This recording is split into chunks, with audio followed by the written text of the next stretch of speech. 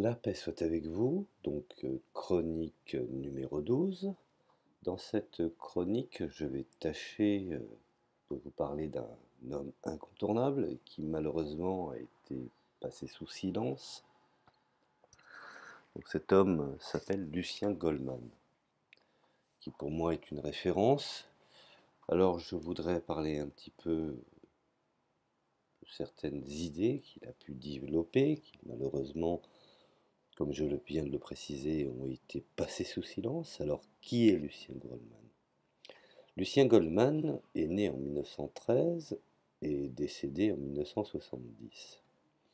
Il a essayé, dans ses travaux universitaires et de penseur, de développer une forme d'humanisme marxiste. Alors bien entendu, il ne rentre pas dans les canons classiques, aussi bien des adversaires tels qu'ils se font de la thèse, ou si je peux m'exprimer ainsi, des idées marxistes, et également, je dirais, des penseurs plus classicistes. Alors, pour bien planter le décor, Lucien Goldman est né en Roumanie et a mené, je dirais, la quasi-totalité de sa carrière en France. Et pourtant, il a été passé sous silence, un peu comme Michel Clouscar. Soit dit en passant, je ferai un audio sur Clouscar, parce que je pense que c'est un penseur incontournable qui est également a été passé sous silence par la nomenclature politico-culturelle ou euh, la structure, je dirais, médiatico-financière. Bon, revenons à Lucien Goldman. Donc je précisais qu'il est né en Roumanie en 1913 et décédé en France en 1970. Alors, pour faire rapide, à 14 ans, il intègre le Hachomer, donc, et le Hatzaïr, qui est la jeune garde, d'un mouvement de jeunes socialistes sionistes. Alors je sais, je vois les gens encore me dire, oui, mais c'est comment ça, c'est un sioniste. Non, attendez. Il faut savoir que il y a deux courants sionistes qui se sont à la longue diamétralement opposés. Il y a le courant sioniste classique, que l'on peut qualifier de droite, et bien entendu de principal soutien de l'État d'Israël. Alors, c'est ce sionisme aujourd'hui qui malheureusement monopolise un petit peu toute l'information, avec tout ce que l'on peut savoir comme, je dirais, exagération ou pensif, bien qu'il existe, même si maintenant il n'a plus lieu d'être, puisque l'État d'Israël existe. Et il y a eu un mouvement qui a existé, qui fut, pardon, des jeunes socialistes sionistes. Alors les socialistes sionistes étaient avant tout des socialistes. Bon, ce mouvement, bien entendu, s'est effacé et a disparu au profit du second. Donc, il y avait un mouvement socialiste sioniste et il y avait un mouvement de droite sioniste. Et celui qu'on invoque en permanence le plus souvent, c'est bien entendu le mouvement de droite sioniste. Bon, ceci étant, taxé de Lucien Goldman comme étant, je dirais, un raciste ou quelqu'un qui pourrait avoir des idées de droite ou d'extrême droite, cela est une insulte faite à sa personne. Mais bon, je vais essayer d'étayer un petit peu avec mes modestes moyens, mes modestes outils, de faire comprendre un petit peu sa pensée, qui pour moi est une pensée incontournable. Donc, sa mère, donc Mitchell Cohen, donc sa mère qui décide de le faire rejoindre son mouvement, moins par ferveur sioniste que pour l'intégrer. Car il faut savoir que Lucien Goldman était orphelin et avait ce que j'appelle quelques problèmes de santé. Certains pourraient appeler ça qu'il fut, je dirais, bossu. Et c'est là qu'il fait ses premières expériences de lecture et qu'il découvre notamment le marxisme. Il fait ensuite des études de droit à Bucarest, malgré des conditions difficiles, forte présence de droite, je dirais, antisémite, hein, héritée bien entendu, je dirais, de la garde de fer de Cordréanou, qui s'implique dans des cercles d'étudiants juifs et de gauche. Rapidement, il gagne le Parti communiste. Il est par la suite exclu des rangs du Parti communiste pour, je dirais, révisionnisme ou dissidence, ou en total désaccord avec certaines lignes du parti. Certains, alors cela encore une fois, c'est à vérifier, mais certains l'ont accusé de trotskisme. Alors, vous savez, quand vous voulez vous débarrasser de quelqu'un, vous pouvez lui coller les pires anathèmes. Alors, ses rapports avec le trotskisme, je dirais, en tout état de cause, après avoir étudié ses œuvres, sont non seulement peu étayés, peu vérifiés, peu vérifiables, peu établis, voire même peu évidents. Alors, il aurait milité dans des organisations de type, je dirais,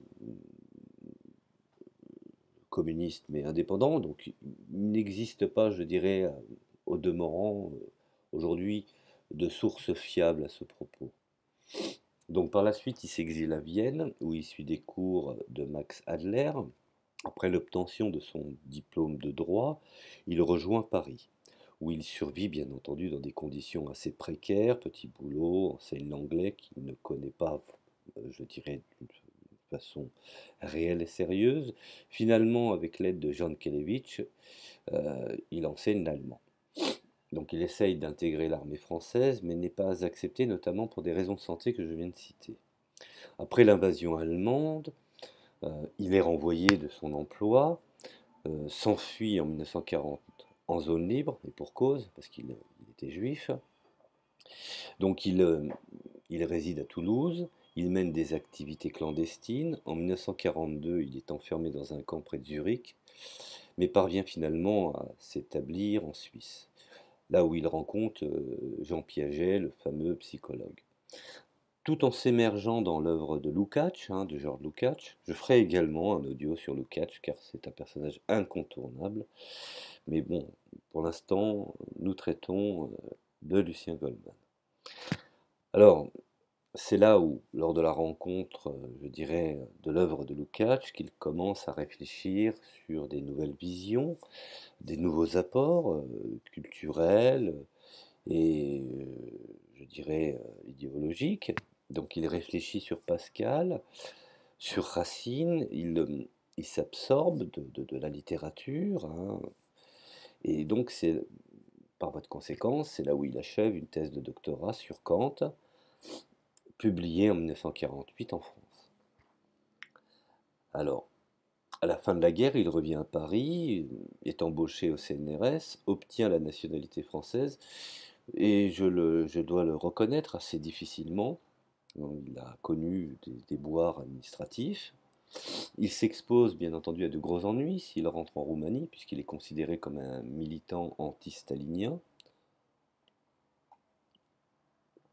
Puis il faut noter aussi que le communisme, si tant est qu'on peut parler de communisme du régime de Ceausescu, qui tient plus, je dirais, d'une dictature de l'individu que d'un réel système développé, une praxis, une psyché marxiste.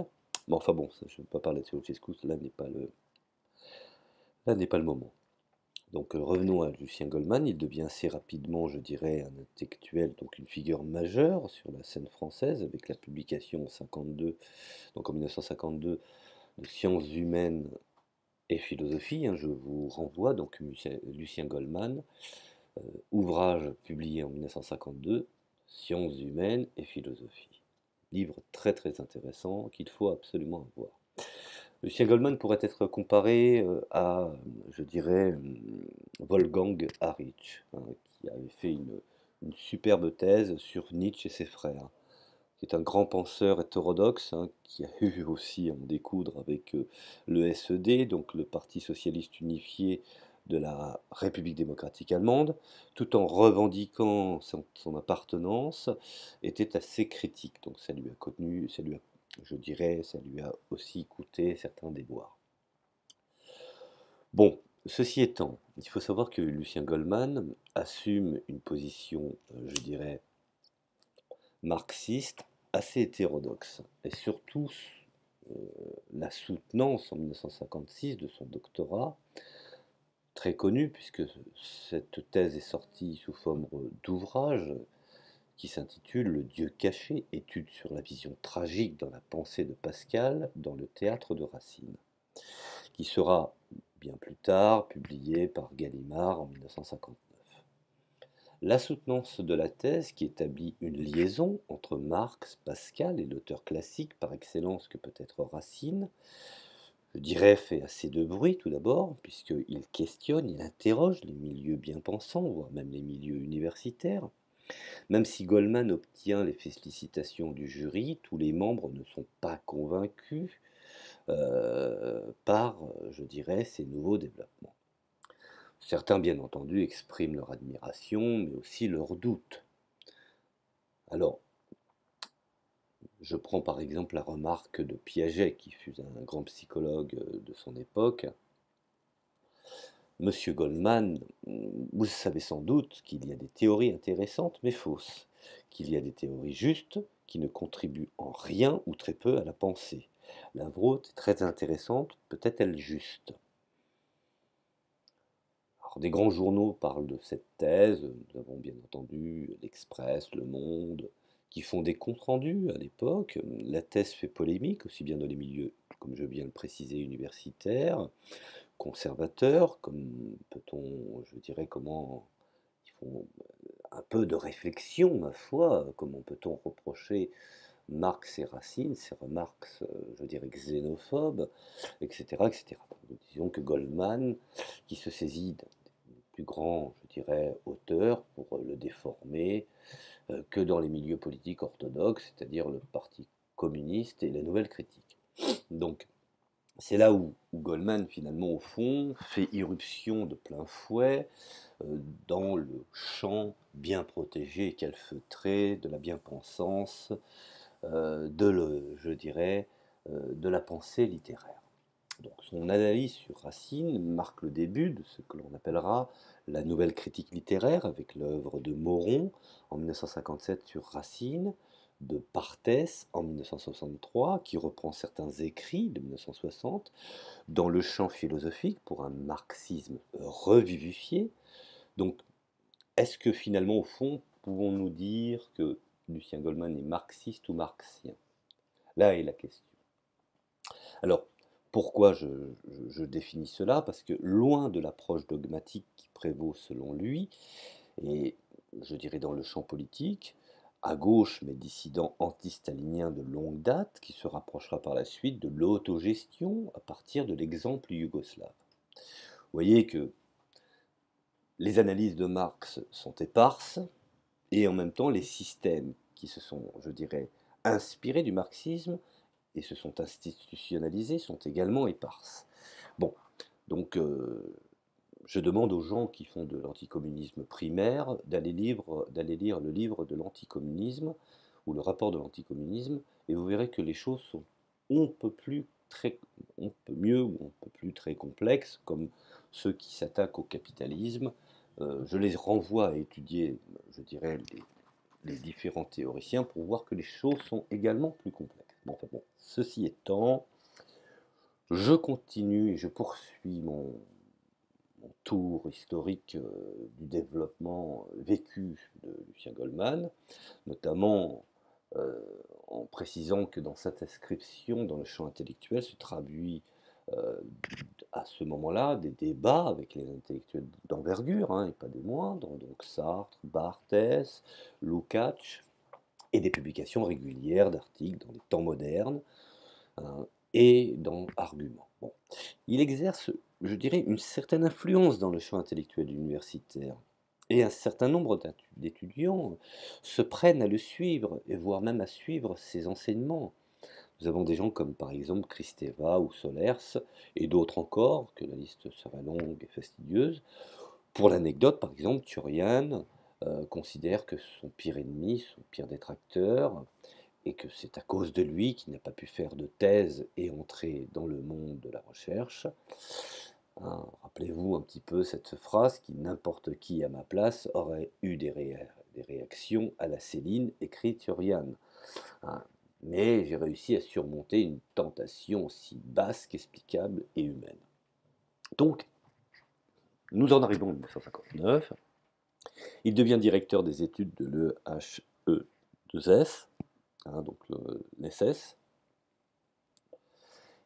et le reste d'une manière définitive jusqu'à sa mort. Alors au début des années 60, il participe à fonder également le Centre sociologique de la littérature à l'Université libre de Bruxelles, ainsi que plus généralement à la construction de ce champ de recherche. Refusant toute soumission disciplinaire, il continue de s'intéresser à l'histoire et aux fondements épistémologiques du marxisme et publie ainsi, bien entendu, parallèlement des ouvrages éclectiques, comme par exemple Recherche dialectique en 1959 et des ouvrages portant sur la littérature, où il essaye d'appliquer, de développer une méthode de sociologie, de littérature esquissée, dans la fameuse thèse, comme je viens de le préciser, qui est sortie bien entendu, a été également éditée chez Gallimard et qui ces derniers temps a été édité aux éditions Delga. Bon. Ce livre, assez connu, qui s'appelle Le lieu caché pour une sociologie du roman en 64, ouvrage également édité de l'époque par Gallimard, mais l'approfondissement méthodologique et théorique est ce qu'il appelle recherche empirique, qui sont toujours mêlés chez lui. C'est pourquoi il s'agit d'établir à la fois une théorie et une méthodologie marxienne, rigoureuse et en perpétuelle évolution. La fin des années 60 présente un tournant complexe à définir dans l'œuvre de Goldman, puisque sa pensée en pleine évolution est stoppée par sa mort brutale en 70. Ses derniers ouvrages sont Structure mentale et création culturelle et marxisme et sciences humaines. Ces ouvrages sont assez difficiles à appréhender, je dois le reconnaître, car Goldman cherchait toujours d'une part à approfondir sa pensée et ses méthodes, et d'autre part à lui apporter sa propre critique, ce qu'on peut appeler l'autocritique, je dirais, du penseur.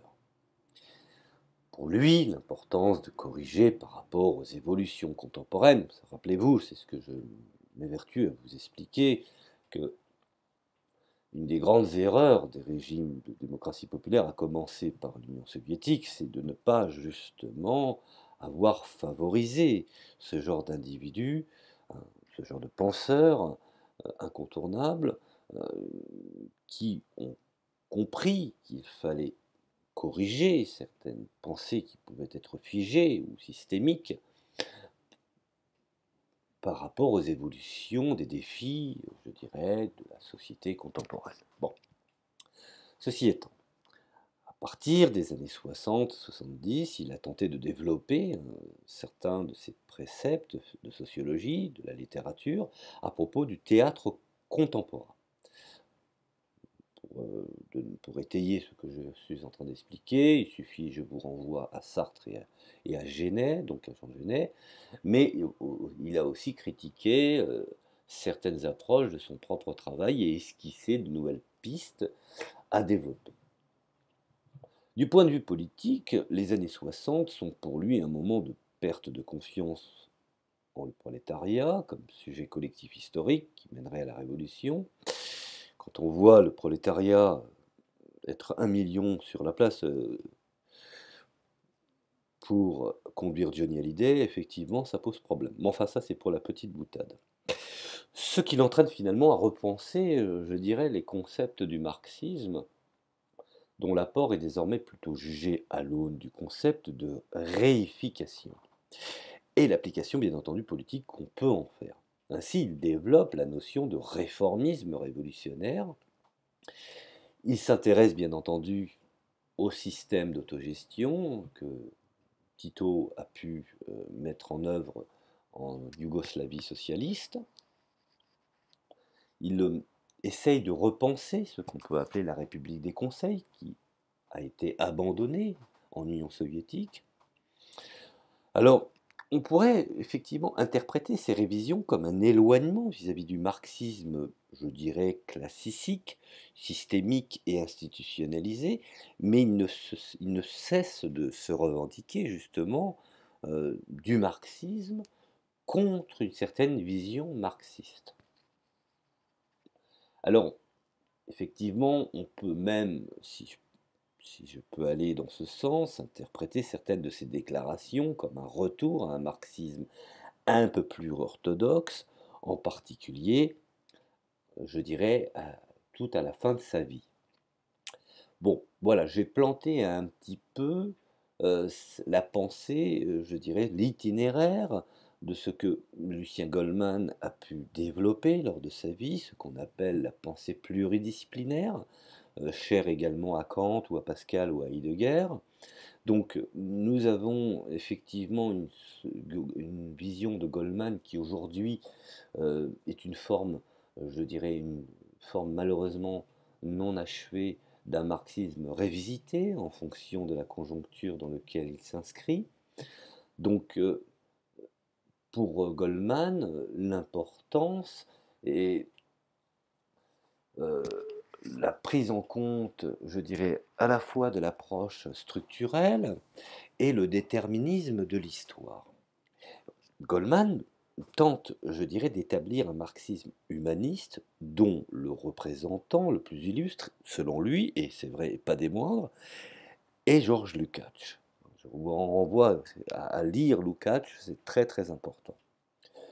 Bon, est réductible, bien entendu, à la fois au structuralisme, non génétique, dont Althusser serait, je dirais, le bel exemple, et à la philosophie de la conscience absolue, représentée par exemple par Sartre, bien qu'il soit directement influencé par les travaux de Lukács, mais il n'écrit, je dirais, pas dans le même contexte historique. Alors, maintenant, je vais effectivement essayer de déterminer quels sont les facteurs d'une certaine sociologie qu'on pourrait aujourd'hui, d'une façon tout à fait novatrice, appeler comme une sociologie marxienne. Alors, l'un des facteurs contribuant à la recrudescence révolutionnaire, par exemple en France, a été le développement important de la théorie marxiste. Alors que, je dirais, les théoriciens officiels du Parti communiste, comme par exemple ceux Roger Garaudy, ont sombré dans l'éclectisme banal.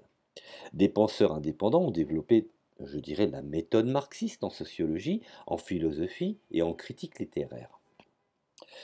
Je dirais que l'un des plus importants de ces penseurs, à mon sens, est Lucien Goldman. Pour moi, Goldman est je dirais, est celui par lequel est le digne continuateur, je dirais, de Georges Lukács. Non seulement il s'est imprégné profondément, il s'est influencé par l'histoire de la conscience de classe de Lukács, mais il a passé des années de guerre en tant que réfugié politique en Suisse, où il travaillait quelque temps avec le psychologue Piaget, que je vous ai cité dans mon audio. Alors, il est difficile de définir le champ de Goldman qui recoupe la politique, la philosophie, la sociologie et l'intégration effectivement du fait littéraire. Je dirais qu'il définit sa méthode comme un structuralisme génétique, tout à fait distinct du structuralisme statique, aujourd'hui si populaire, je dirais, dans les cercles académiques français, contre lequel il a dirigé des polémiques vigoureuses, musclées et vaillantes. Peut-être que si on réfléchit un peu plus en profondeur, le concept le plus important qu'il a développé, c'est celui de la vision du monde. Une structure, je dirais, comment pouvons-nous établir cette vision du monde selon Goldman? On peut qualifier ça comme une structure mentale cohérente appartenant à un groupe social qui peut pas être synthétisé mais cristallisé dans des ouvrages majeurs de littérature et de philosophie. La principale occupation de Goldman a été d'élucider et de développer l'approche dialectique en opposition à l'individualisme du rationalisme bourgeois et l'empirisme qui a constamment, je dirais, contaminé la pensée du mouvement socialiste. Et qui finalement, au fond, il a eu, même si il est mort prématurément, l'avenir lui a donné raison. Puisqu'aujourd'hui, le Parti socialiste n'est plus qu'un corps vide, cherchant à qui mieux mieux, je dirais, à s'attacher à n'importe quelle force euh, implémentée dans la structure du système de la globalisation mondiale. C'est là où c'est important que ces études érudites de Pascal, la fameuse critique du rationalisme cartésien et de Kant, qui lui-même, Kant fut un disciple de... Donc ça n'engage que moi, hein. Je dis que Kant est le Rousseau allemand, puisque sans Rousseau, Kant n'existe pas, puisque Kant a absolument intégré la vision du véritable penseur qui était Rousseau et l'a traduit d'une façon plus germanique. Alors, effectivement, comme je faisais état de la critique du rationalisme cartésien et de Kant comme critique des Lumières du XVIIIe siècle, et ses essais sur l'acquisition de la connaissance chez les enfants qu'il montre conforme un peu à la manière de l'éducation de Lazare Carnot, dans la méthode dialectique, une seule œuvre de Goldman a été traduite en anglais, The Hidden God. Donc, c'est un livre qui a été édité, je dirais, par Routledge et Keegan, Paul, en 1964. Une étude de Pascal dont l'intérêt, effectivement, est très intéressant, puisqu'elle ne se limite nullement aux étudiants de la littérature française du XVIIe siècle. Pour les lecteurs anglais, il y a aussi deux articles dont la signification méthodologique est plus large que ne le suggèrent les titres de sociologie de la littérature, statut et problèmes de méthode, donc idéologie également de l'écriture, paru en 67. Donc ces œuvres sont majeures et sont maintenant facilement disponibles et dignes d'intérêt, puisque dans certains cercles universitaires, je suis bien placé pour le savoir, il y a effectivement une réintroduction, je dirais une relecture des ouvrages euh, de Lucien Goldman. Bon,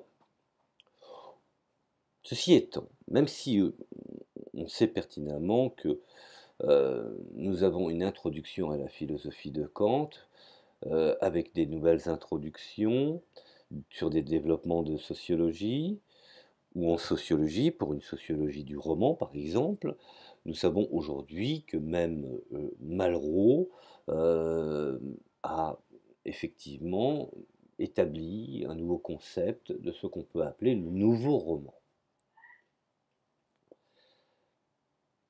Alors, j'essaie de bien développer le concept que Goldman a essayé de nous faire comprendre. Nous avons également, en 1957, dans la fameuse revue Les Temps modernes, qui a été réimprimée dans Recherche dialectique en 1959, une collection d'essais sur des sujets littéraires et méthodologiques.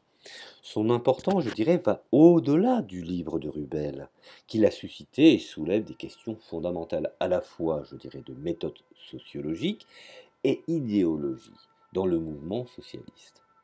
En plus d'offrir une critique du stalinisme et de la social-démocratie, je vous renvoie également à Günter Grass, qui a une bonne analyse aussi également, qui pourrait, je dirais, être mise en parallèle avec Lucien Goldman sur la fameuse social-démocratie allemande. Ce qu'on a appelé à un moment donné la démocratie sociale de marché. Enfin bon. Alors, il faut savoir que ces analyses pourraient servir de base à une interprétation des thèmes jumeaux de la conscience non conformiste et de la nécessité économique dans l'idéologie du mouvement travailliste britannique. Pour plus de détails sur le néo-kantisme ou sur l'austro-marxisme, vous voyez encore des nouveaux termes, je dirais des nouveaux néologismes qui incarne une idée, je dirais spatio-temporaire, d'un moment et d'une réponse et d'une analyse et d'une réflexion. Je vous invite également à lire Georges Lichtheim, hein, qui est un marxiste et qui a parlé effectivement de l'essai idéologique des écoles du néo-kantisme ou de l'austro-marxisme. Alors, dans un ouvrage récent, Maximilien Rubel avance la thèse selon laquelle il existe dans l'œuvre de Marx une dualité entre une sociologie objective et scientifique d'une part et d'autre part une éthique révolutionnaire, je dirais, de l'autre côté. Le problème de l'existence d'une éthique marxiste, alors j'entends les gens disent comment ça, le marxisme a une éthique? Ben oui, le marxisme a une éthique, tout comme le capitalisme a une éthique. Alors, le problème de l'existence d'une éthique marxiste et d'une sociologie marxiste, ou plus généralement les problèmes de la relation entre jugement de fait et jugement de valeur dans la pensée dialectique en général, et dans le travail de Marx en particulier, est loin d'être nouveau. Beaucoup de penseurs s'y sont, je dirais, penchés. C'était l'objet, rappelez-vous, d'une discussion longue et fouillée dans la théorie marxiste entre les années 1904 et 1930. Une discussion, je dirais, impliquant les principaux théoriciens des différentes tendances, notamment Karl Vorländer, Karl Kautsky ou Marx Adler, et bien entendu l'inénarrable Georges Lukács. Une discussion menée de nombreux articles et de nombreux travaux de très haut niveau scientifique. Alors, effectivement, si on aborde ce problème particulièrement difficile dans l'histoire de la pensée de la dialectique, eh ben on peut considérer que ces œuvres, bien qu'anciennes, sérieuses et documentées, plutôt que par le livre de Rubel, qui ne mentionne pas du tout, je dirais, d'entre eux, même si elle reprend leur thème, malheureusement à un niveau inférieur, pour comprendre les origines de cette discussion, il faut d'abord la situer, je dirais, dans le contexte de la pensée marxiste. À la fin du XIXe siècle, contextualisons effectivement, je dirais, la réalité environnementale dans un siècle en perpétuelle mutation, jusqu'au début du XXe siècle. Le fait que, je dirais que Marx, continuant la philosophie classique, et notamment la pensée hegélienne, avait inextricablement uni dans son travail des énoncés des faits et des jugements de valeur, et en particulier avait montré, dans le manifeste du Parti communiste, jusqu'à ses œuvres finales, qui aujourd'hui sont encore en passe d'être traduites, puisque les œuvres complètes de Marx n'ont pas été traduites complètement, elles sont encore à l'état d'étude et d'interprétation et de traduction. Donc, nous voyons qu'effectivement, que dans le manifeste communiste, nous pouvons considérer qu'il est irrévocablement opposé à toute tentative de baser le socialisme sur des valeurs éthiques quelconques. Cependant, la pensée non socialiste occidentale de la seconde moitié du XIXe siècle se caractérise par une rupture avec la tradition dialectique et le triomphe progressiste de l'historicisme, voire même ce qu'on peut appeler, d'une façon peut-être un peu, je dirais, euh, pas primaire, mais je dirais profane, du scientisme. Ainsi, la philosophie académique de la fin du XIXe siècle est revenue à l'idée d'une division radicale entre jugement de fait, ce qu'on peut appeler bien entendu la science, et jugement de valeur, ce que, aujourd'hui, on le voit d'autant plus par la préoccupation de certains penseurs ou intervenants, l'ingénierie sociale ou éthique. En Allemagne, par exemple, cette position a été présentée pour la plupart comme un retour à Kant. Donc le néo-kantisme, qui est en fin de compte en réalité un retour à Fichte, hein, en France, Poincaré l'a exprimé dans une phrase destinée à devenir célèbre en disant que des prémices dans l'humeur indicative, on ne pourrait jamais tirer une conclusion dans l'humeur impérative. Bon, comme il n'y avait pas de division étanche entre la pensée académique et la pensée socialiste, et puisque de toute manière, cette évolution était l'expression, je dirais, d'une stabilisation générale des sociétés occidentales qui affectait aussi le mouvement ouvrier, cette conception devient rapidement dominante parmi les principaux théoriciens de la soi-disant marxisme orthodoxe. Ce qui finalement, au fond, a eu pour conséquence, je dirais, de transformer le concept dialectique de socialisme scientifique, cher à l'Union soviétique, en concept scientiste de la science, dans l'humeur, je dirais, inducative. Bon, cet objectif est assez étranger à tout jugement de valeur. D'ailleurs, je voudrais signaler que d'une part, il était, je dirais, ils étaient à l'époque les chefs des mouvements socialistes, et d'autre part, ils croyaient et se voulaient fidèles à la pensée de Marx. Et donc implicitement à l'hostilité notoire de Marx à tout socialisme éthique, de ce qu'on a défini par une certaine forme de, on pourrait qualifier aujourd'hui de technologie sociale. Alors fondée sur une science objective de la société, de la même manière qu'une technologie proprement dite reposait sur les sciences objectives de la nature, pour eux, cette technologie sociale constituait la politique socialiste. Disons que pour essayer de dénuder un petit peu ce que je viens d'expliquer, la situation est un peu plus claire. Le marxisme orthodoxe, comme la pensée académique, soutient l'existence d'une science objective de l'histoire et de la société, et appelle simplement à une intervention active de nature politique dans la vie sociale. Une telle intervention était fondée, je dirais, sur même, je dirais, sur cette même science et visait une certaine forme d'accélération, voire accélérer, je dirais, une évolution inévitable en son sein. Le différend entre penseurs marxistes et philosophes académiques n'était pas sur la nature de l'objectivité dans les sciences sociales et historiques, mais sur ce point, tous étaient à l'unanimité, je dirais d'accord, mais sur le complément pratique de ces sciences, ce qu'on appelle le complément qui, selon les marxistes orthodoxes, devait être, je dirais, un caractère politique. Mais selon les nombreux penseurs académiques, notamment les néo-kantiens par exemple, de nature plus éthique. Donc dans cette situation de réflexion entre les différents experts, la position des marxismes orthodoxes était difficile à défendre, car évidemment l'œuvre de Marx continuait quelque chose de tout à fait différent dans une collection de recettes politiques, conçues bien entendu sur le modèle de la technologie.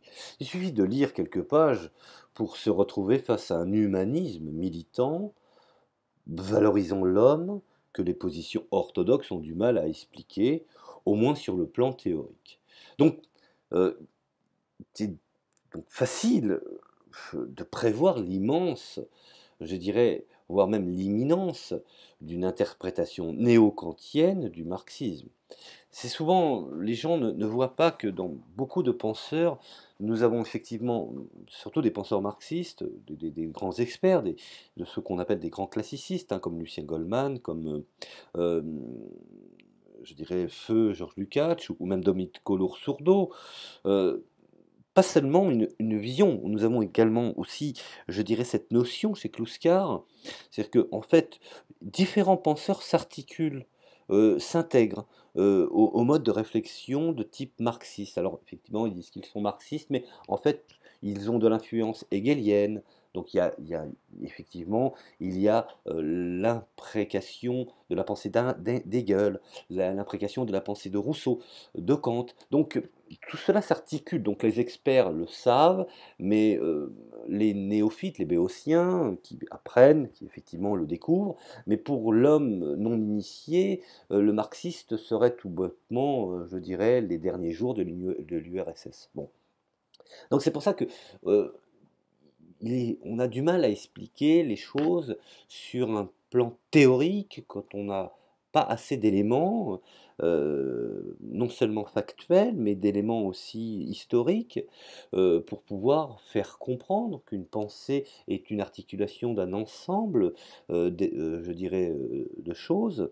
Donc je parle justement qu'il est très important de comprendre qu'est-ce que le néokantisme, puisque même à l'époque, les discours, par exemple des néokantiens académiques qui ont pris position en faveur d'un socialisme éthique, je vous renvoie par exemple à la conférence de Karl Vorländer, Kant et Marx en 1904, dont Vorländer qui était à la fois un universitaire et un socialiste, affirma que le socialisme ne pouvait être déduit d'une science objective, étrangère à aucun jugement de valeur, ni d'une technologie politique, dont elle devait en effet fournir la base. Donc il soutenait, comme le fait, je dirais, euh, M. Rubel, que tout socialisme, et donc implicitement le socialisme de Marx, avait nécessairement un caractère éthique. Marx a été une base de réflexion qui a permis l'ouverture, je dirais, de tous les autoroutes de la réflexion. Ce n'est pas quelque chose de figé. Et donc c'est pour ça que Marx avait nécessairement défini comme étant une conception généralisée du socialisme, comme étant une forme éthique. L'éthique revendiquée, bien entendu, également s'inspirant des présocratiques. Néanmoins, en tant que penseur philosophique, sérieux, connaissant je dirais, les tréfonds et les plus hauts profonds de Marx, Vorlander opte immédiatement pour l'une des trois versions, entre lesquelles Rubel oscille perpétuellement. Pour lui, l'éthique socialiste de Karl Marx était implicite, voire même, on pourrait le qualifier sur cela, involontaire. Alors pour illustrer cette position, donc nous sommes toujours dans le cadre de l'hommage, je dirais, modeste que je rends en tant que simple individu à l'égard de Lucien Goldman.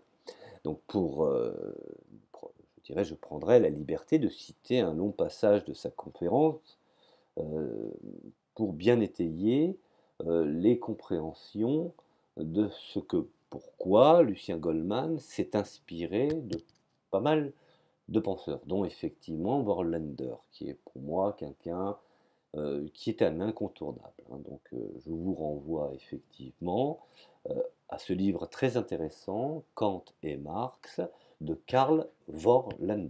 Bon. Donc je cite l'auteur. Donc, à première vue, le socialisme de Marx et d'Engels semble totalement indifférent, et même hostile au point de vue éthique.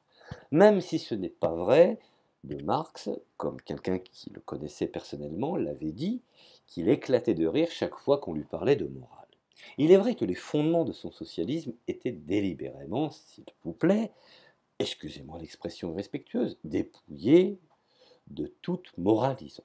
Le manifeste communiste déclare ouvertement, par exemple, que les lois, la morale, la religion ne sont que des préjugés bourgeois sous lesquels se cachent tant d'intérêts.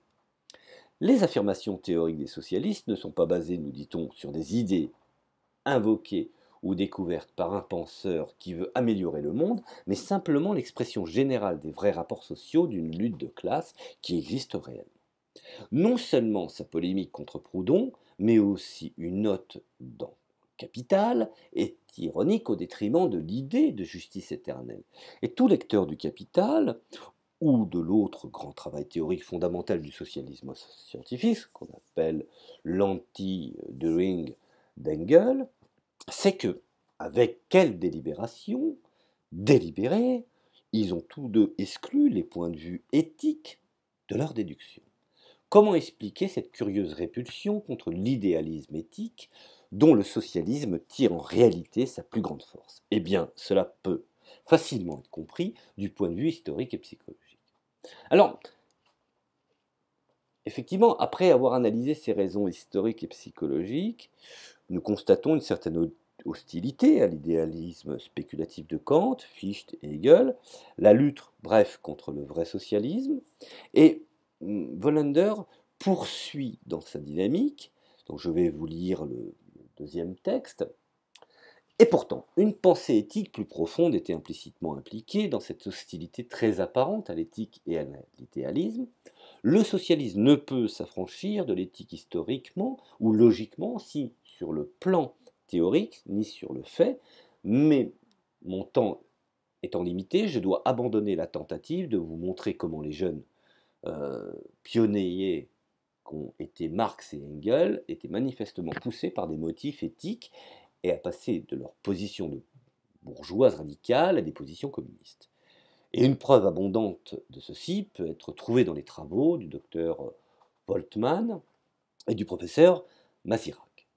Donc, surtout dans les premières écritures de Marx et d'Engels, juste publiées par Mehring, mais dans les œuvres où ils ont tous deux, je dirais, leurs attaques principales contre le socialisme, vrai ou philosophie, tel que le manifeste du Parti communiste, ou dans un travail presque entièrement économique tel que le Capital, qui a, je dirais, pour intention explicite de révéler la loi économique du développement de la société moderne, ils ne peuvent éviter l'éthique d'une manière définitive. Le manifeste, par exemple, opère au moyen d'une série d'expressions éthiques telles que les oppresseurs opprimés, l'exploitation éhontée, ce qu'on pourrait qualifier, etc. Il reproche à la bourgeoisie d'avoir résolu la valeur personnelle en valeur d'échange, pour l'avoir noyée dans l'eau glacée du calcul égoïste, pour avoir créé une liberté de commerce sans scrupules. Il finit par la mise en place de l'idéal déjà mentionné d'une libre association dans le Capital. Les termes éthiques sont certes relativement moins fréquents, mais ils sont toujours là, présents. Déjà dans l'introduction, nous trouvons une mauvaise situation, l'exploitation, les furies de l'intérêt privé et les formes les plus brutales ou plus humaines de la lutte des classes. Si nous lisons les fameux chapitres sur la misère en Angleterre après la révolution industrielle, nous parlerons, comme Voltmann, d'un point de vue éthique dans le Capital, qui certes n'adopte pas le langage du prédicateur, mais plutôt de l'ironie, de la satire, du sarcastisme, hein, issu, je dirais, d'un cœur profondément souffreur. Bollander, Kant et Marx, pages 22-23. Livre incontournable, hein, que je me permets de vous conseiller de lire en tout bien tout honneur. Donc, finalement, au fond, quand on observe un petit peu toutes ces conceptions que a parcouru Lucien Goldman, car c'est un chercheur, le fait que la réponse principale au néo-kantisme soit venue effectivement de Kautsky n'est évidemment pas une coïncidence. La plupart des théoriciens du marxisme, je dirais orthodoxes,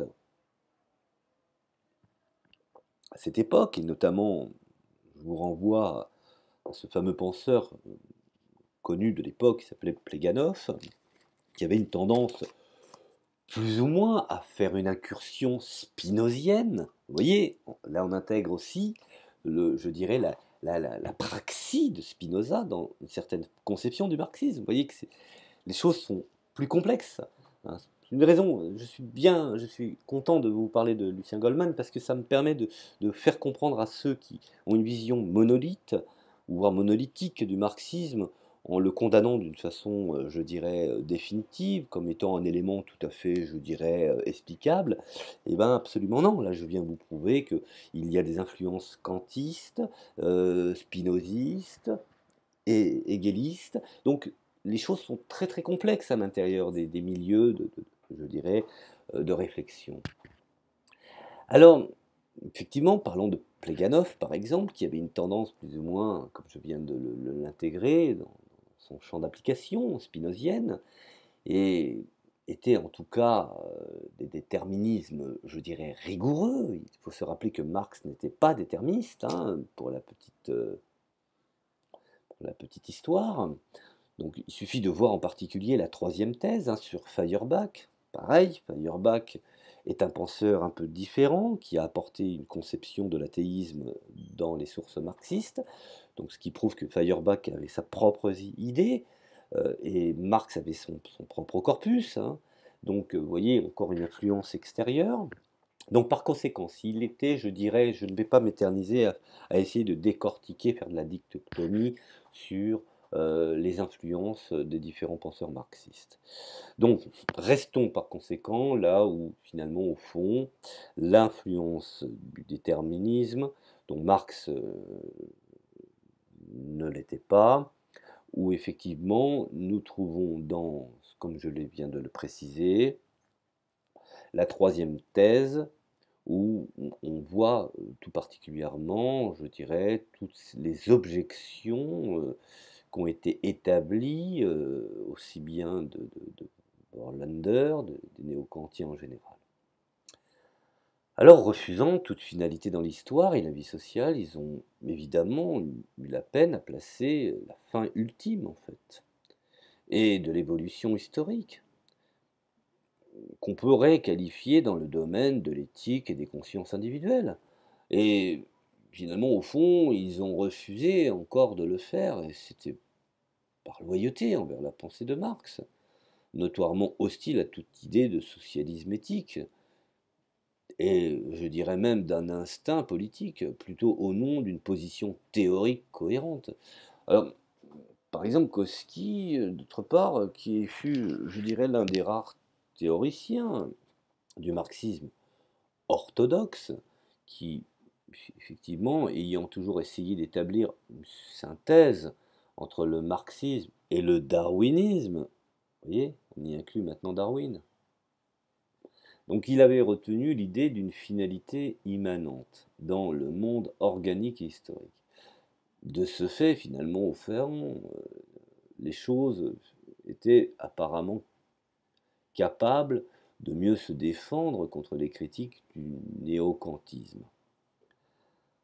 Alors, nous sommes aujourd'hui à ce qu'on peut appeler dans le pivot philosophique de son texte, hein, qui est je dirais, la phrase dans laquelle, en parlant du monde organique, il écrit: si nous considérons le monde organique, il présente avant tout une caractéristique en opposition au monde inorganique, ce que peut se définir par une certaine forme de finalité. Bon, en réalité, cette synthèse est très discutable, hein, du marxisme et du darwinisme, qui rencontrait, je dirais à l'époque, les plus sérieuses réserves des autres théoriciens marxistes, hein, qui finalement ne donnaient aucune priorité à Kautsky face aux arguments néo-kantiens, ce qu'on a pu définir effectivement sur la supériorité à Kautsky face aux arguments néo-kantiens.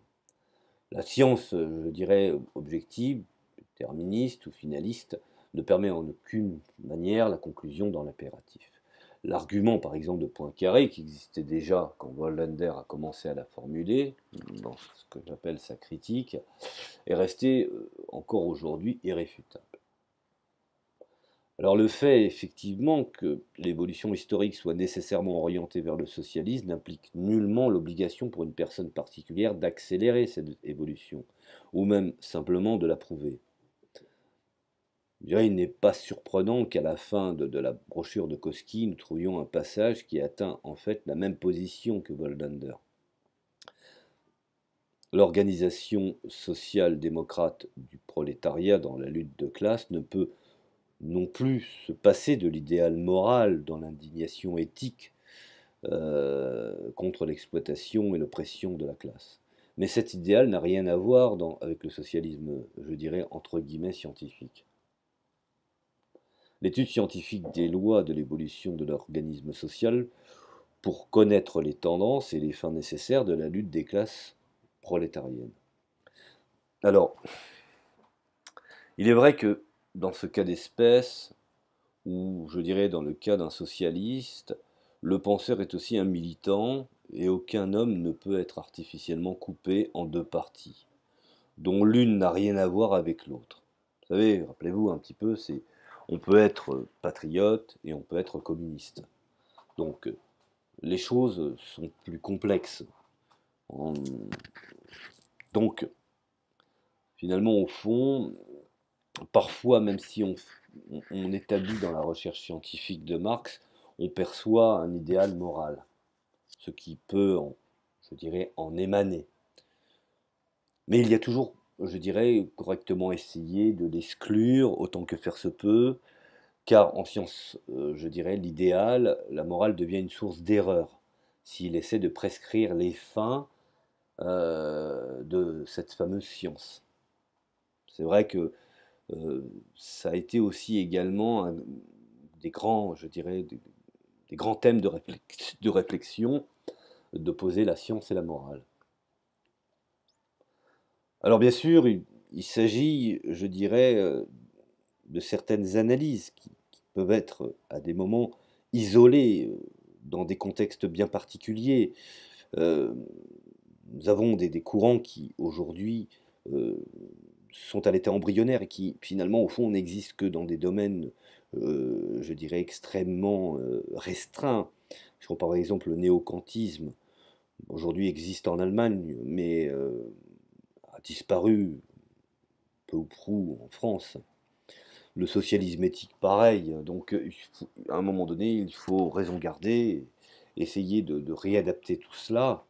Même Kautsky, qui était certainement sincère à son époque dans ses convictions, il est, je dirais, néanmoins vrai qu'en reconnaissant, l'existence d'une confusion entre, je dirais, les différents, jugements, qu'ils soient éthiques ou même les jugements classiques chez Marx, même en admettant, je dirais, que cette confusion soit inévitable, pour tout militant, entre guillemets, «socialiste», il reconnaissait implicitement la supériorité, au moins la supériorité intellectuelle des positions néo-kantiennes sur les, je dirais, l'essentiel du débat.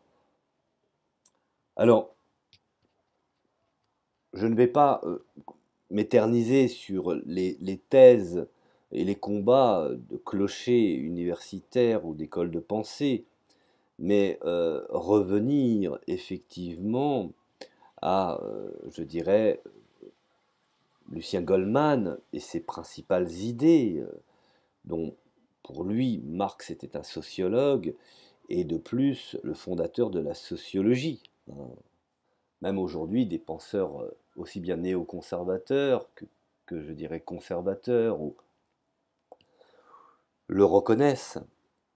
Alors, pour Goldman, selon la conception marxiste, le socialisme est un peu, je dirais, une réadaptation. C'est pour ça que, est-ce que Goldman est un marxiste ou un marxien? Là est la question, et cela devrait soulever effectivement des réflexions, puisqu'il s'inspire de la conception de Marx, dont on le sait pertinemment, pour Marx, le socialisme sera réalisé non parce qu'il est justifié d'un point de vue éthique, mais parce qu'il sera le résultat d'un processus causal.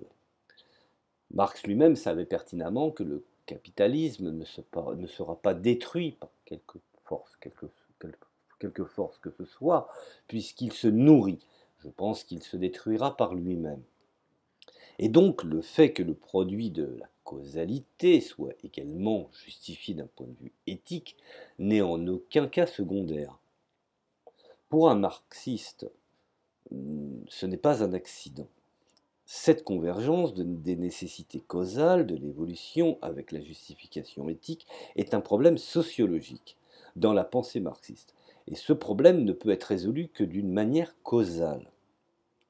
Alors, Goldman nous explique effectivement que Cohen, et un grand nombre de penseurs, ou Stamler par exemple, ou Nathorp, ou Stottinger, également même Forlander, jusqu'à présent, ont trouvé le lien entre Marx et Kant, dans l'idée que le socialisme doit compléter, par une justification éthique, et ses fins telles que données dans la philosophie pratique de Kant. Alors, me direz-vous, une telle manière d'établir l'accord doit cependant être énergiquement répudiée, et précisément d'un point de vue marxiste. Pourquoi? Le marxisme est un système de connaissances sociologiques. Il fonde le socialisme sur la connaissance causale des processus de la vie sociale. Le marxisme et la sociologie sont une seule et même chose. Rappelez-vous cet ouvrage de Marx Adler, Kant et le marxisme, page 141. Donc c'est Marx et non, comme l'on croit d'habitude, Auguste Comte, qui est le véritable fondateur de la sociologie. Ce qui est assez étonnant, c'est que ce concept est reconnu. Cette attribution de l'idée de la sociologie est reconnue chez les grands penseurs, chez les experts, même outre-Rhin. Et aujourd'hui, je ne sais pas pour quelle raison, nous établissons le père fondateur de la sociologie, qui serait Auguste Comte. Eh bien, que nenni.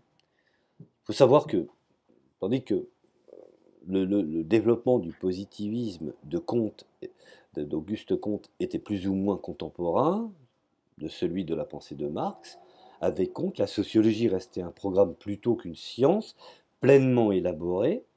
La pensée de Comte nous affecte encore à travers la grande idée d'une conception positiviste, la vie spirituelle de l'humanité, c'est-à-dire à travers l'idée que les lois causales peuvent saisir la nature sociale, comme on a longtemps admis la nature physique. Mais au-delà de ce point de vue méthodologique, il n'a rien contribué à la réalisation de ce programme. Et je dirais même son attitude pratique ne va jamais au-delà d'une simple glorification de la valeur, de l'importance de la science pour la politique. Et c'est en cela qu'effectivement Lucien Goldman nous interpelle. Et c'est seulement dans le marxisme que la politique devient réellement ce que son nom affirme, un art au sens grec du mot, c'est-à-dire une action compétente et adéquate sur l'évolution de la vie sociale et étatique, en un mot, la technologie sociale. Alors, Goldman nous fait comprendre qu'effectivement, ce qui concerne les relations entre Kant, Marx, Marx Adler lui-même a élaboré, je dirais, une théorie assez originale faisant du kantisme une première découverte, et donc a priori la conscience collective. Et Kant lui-même, je dirais, dans le créateur des premiers éléments épistémologiques, rendus à la sociologie possible, euh, Marx se trouve ainsi placé dans une continuité directe d'une ligne allant de Kant, qui découvre effectivement l'existence de la conscience sociale, à Fichte, qui introduit inexpugnablement l'idée d'action. Et bien entendu, ce ne serait pas juste de ne pas évoquer ou même invoquer Hegel, qui rend historique cette conscience sociale et pose les problèmes de la loi régissant sa dynamique. Vous voyez, Kant, Fichte, Hegel. Vous voyez que un individu, un homo marxus, si je puis m'exprimer ainsi, intègre aussi d'autres idées. Alors, je ne parle même pas des influences présocratiques, parce que alors là, je pense que je suis à 1h02, donc là, j'en aurai pour des heures. Et donc, ce sont tous ces points de mire qui s'articulent et qui constituent une conception, je dirais, adaptée de l'idée. Par exemple, la sociologie de Marx devient, pour Marx Adler, par exemple, le point culminant de la philosophie classique allemande. Bernard Sombart lui-même a défini le socialisme allemand à travers des travaux d'influence.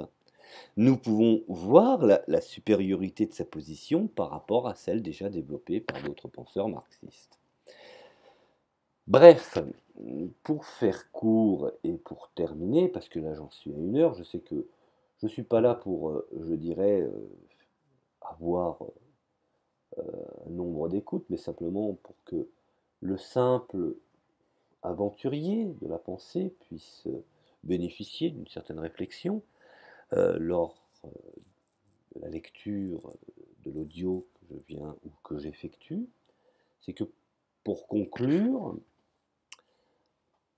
en quelques mots, soyons, je dirais, probes, Goldman définit effectivement, de Rubel par exemple, que la manière dont on conçoit la biographie intellectuelle, au début, je dirais, à la lumière des différentes biographies, des ouvrages, qui sont effectivement les siennes, qui donnent des portraits fragmentaires sur les divers penseurs et chercheurs qui essayaient de saisir la pensée de Marx, qui ne réussissaient pas dans leur intention, surtout parce qu'ils se rapprochaient de Marx et bien sûr d'isoler l'économiste, alors que finalement cela était tout un tout articulé. Également le philosophe, voire même l'historien.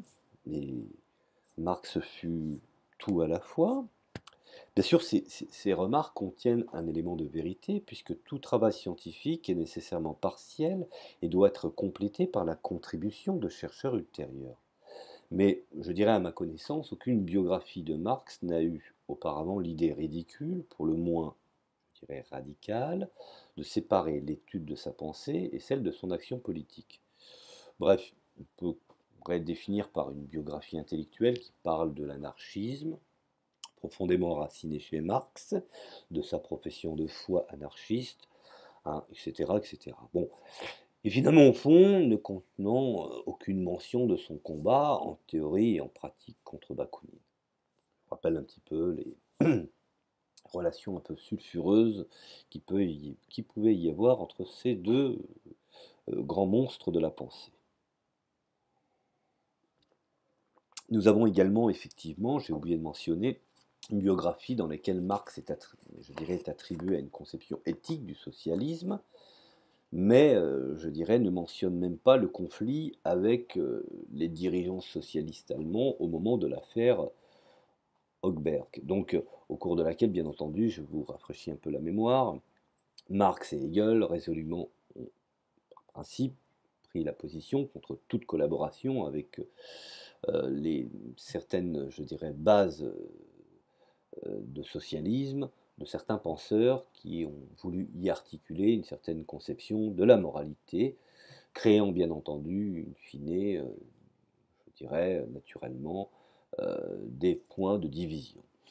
Bon, alors, effectivement, aujourd'hui, je vous invite à lire ou à redécouvrir ce grand penseur, cette référence, qui pour moi est incontournable, euh, Lucien Goldman. Donc, je vous remercie de m'avoir écouté et je vous dis à la prochaine chronique et je vous dis à plus tard. Merci.